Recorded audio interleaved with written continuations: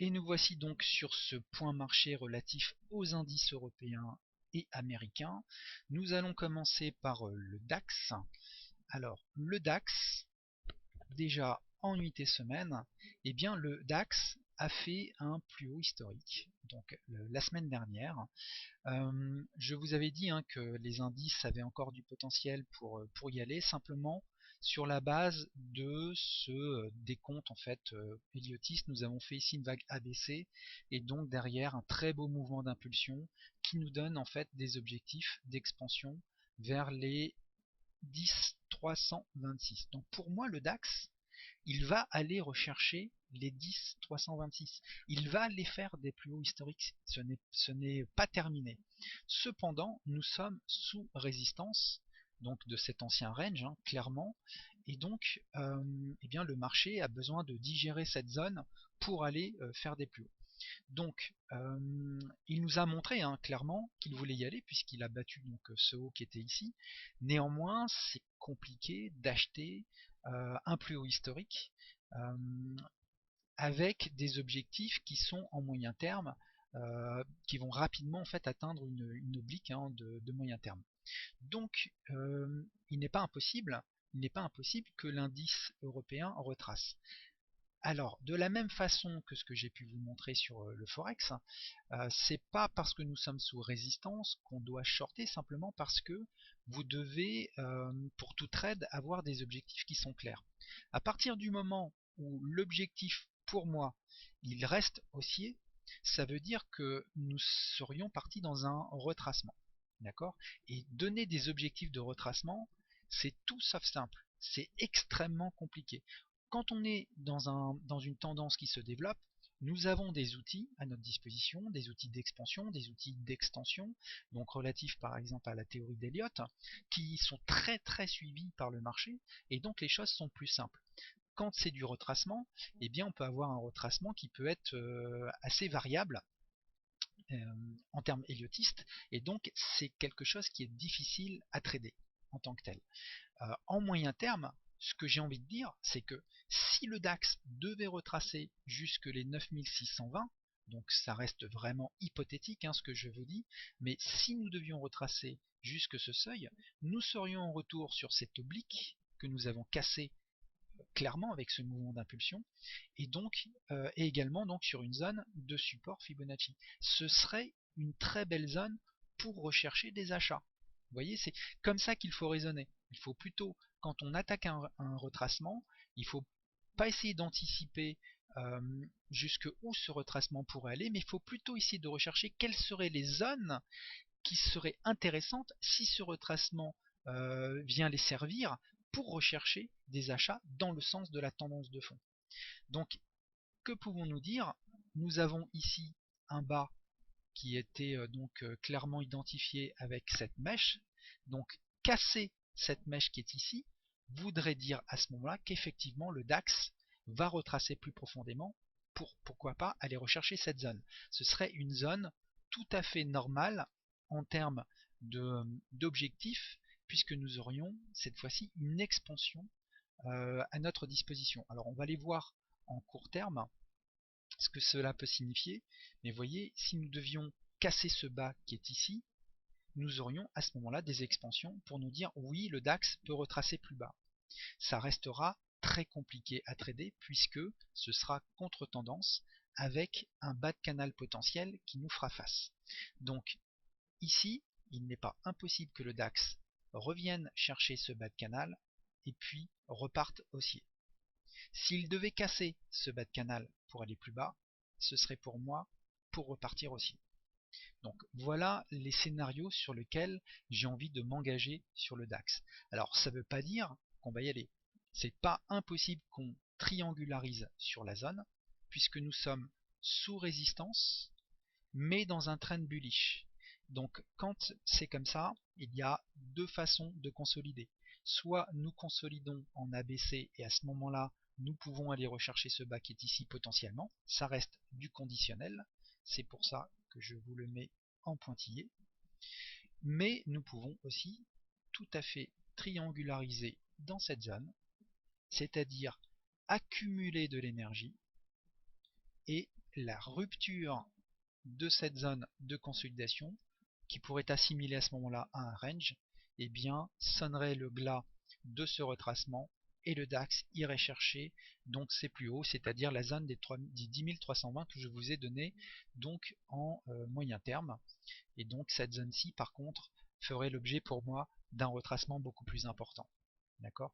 Donc je reste haussier jusqu'à preuve du contraire sur le DAX, mais nous sommes sous résistance et donc il n'est plus l'heure d'acheter, sauf à avoir une indication claire que cette zone qui est ici, qui potentiellement peut se transformer en range, eh bien cassera, et à ce moment-là tout pullback sur le sommet de ce range serait intéressant pour rechercher des achats et aller viser donc des plus hauts.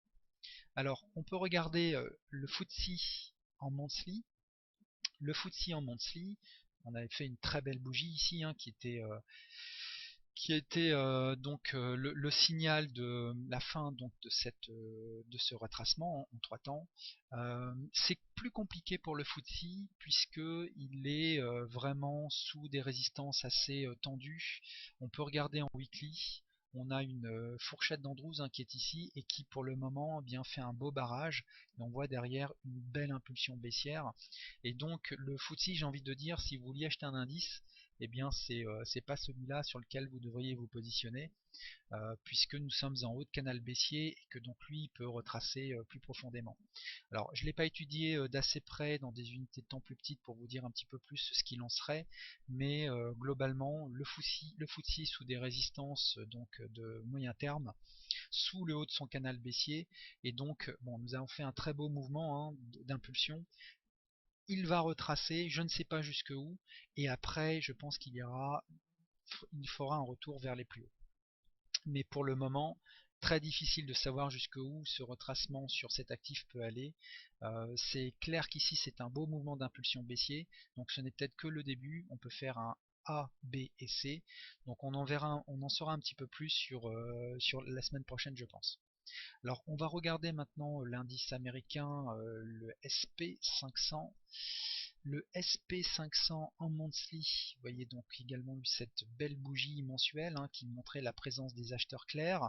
Cette bougie s'est pas faite n'importe où, elle s'est faite sur un niveau Fibonacci important qui était donc le niveau des 100% de cette expansion, c'était donc les 1790. J'avais positionné donc cette belle fourchette d'Andrews. Clairement le SP500 dans cette unité mensuelle pour moi a pour vocation d'aller chercher des plus hauts. Il reste super bullish le SP500 avec un objectif vers les 2280. D'accord.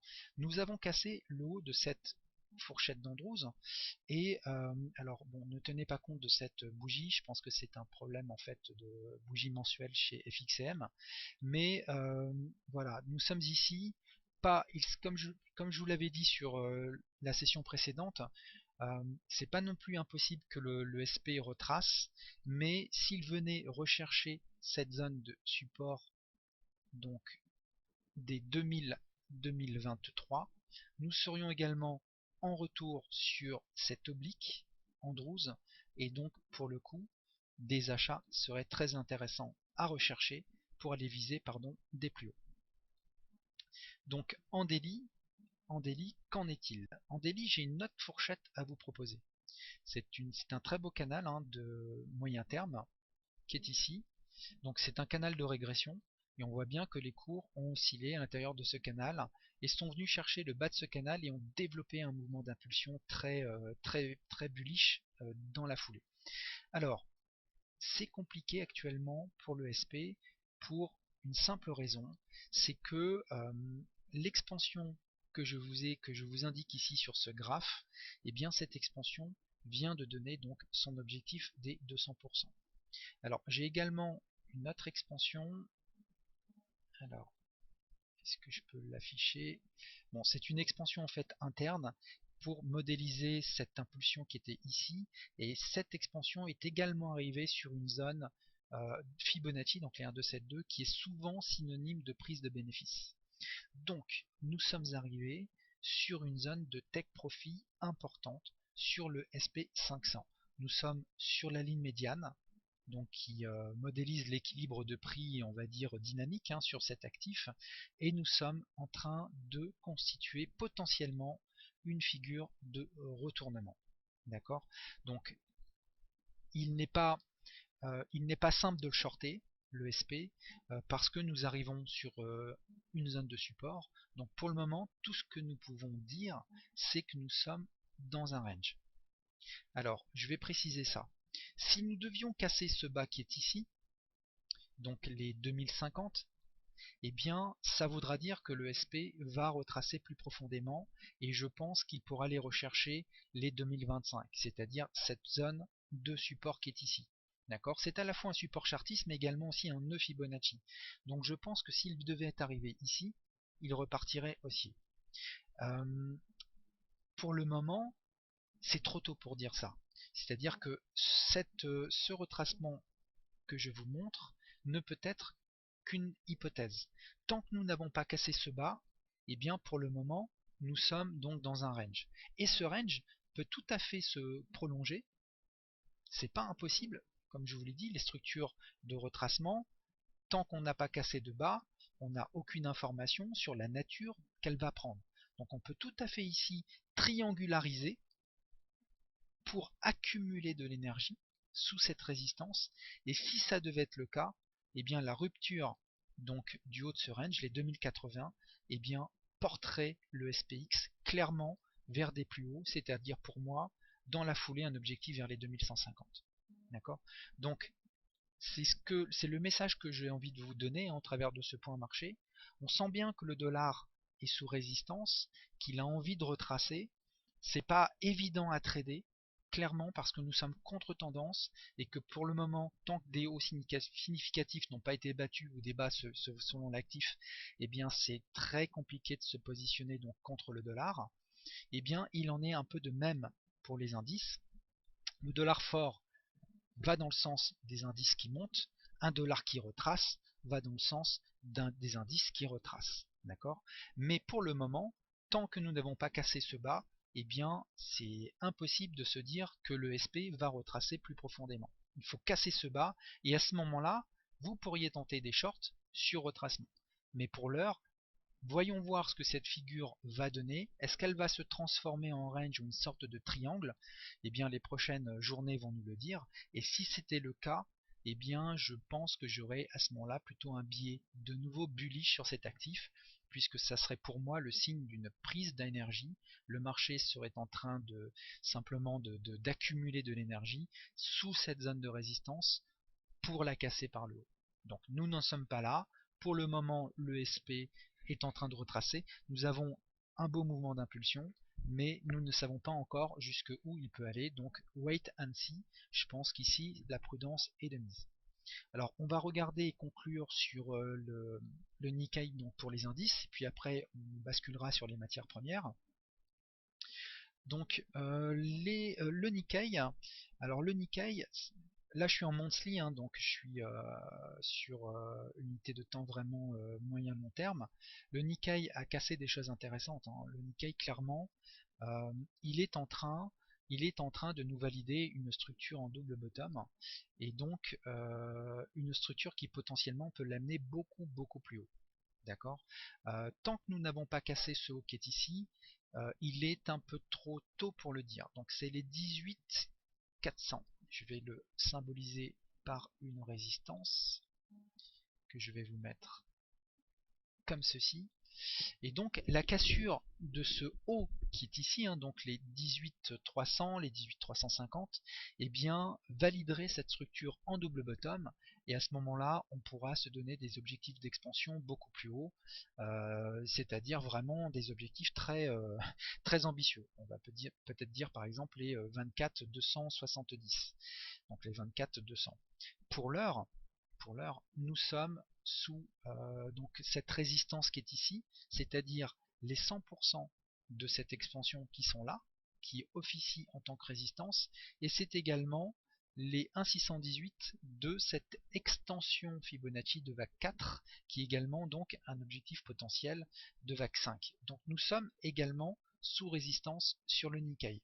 Donc moi j'ai envie de dire également, alors bon là nous sommes en monthly, j'essaierai de vous faire pourquoi pas sur le prochain point marché hebdo la semaine prochaine une analyse un peu plus court terme, mais voilà, de toute évidence le Nikkei est sous résistance, nous avons une oblique ici qui pourra éventuellement venir soutenir son cours si le marché devait retracer jusque là. Sachez juste que si vous êtes à l'achat de moyen terme sur le Nikkei, vous devez de prendre des bénéfices puisque on est sur une zone très compliquée, hein. C'est une zone de moyen terme très compliquée et donc ici des prises de profit sont tout à fait normales. Néanmoins, vu le mouvement d'impulsion que nous sommes en train de développer, je pense qu'on va les casser ce hockey ici. Donc ça c'est plus du feeling que quelque chose de rationnel, hein, que je vous donne, mais je pense que le Nikkei, même il devrait consolider dans cette zone-ci, si je vois par exemple que le Nikkei devait triangulariser sur cette zone en respectant cette oblique de soutien et cette résistance qui lui fait face, si on devait triangulariser ici dans cette zone, eh bien moi je serais très intéressé pour acheter le bas de ce triangle pour aller viser par anticipation une cassure des plus hauts avec un stop qui serait à ce moment-là sous le bas de ce triangle. Mais je pense qu'ici le Nikkei devrait effectivement trouver forte affaire et qu'il risque de latéraliser quelque temps avant de pouvoir recasser donc cette zone de résistance moyen terme qui signifierait que le Nikkei n'en est qu'à ses débuts. Voilà. Donc c'était le tour d'horizon sur les indices.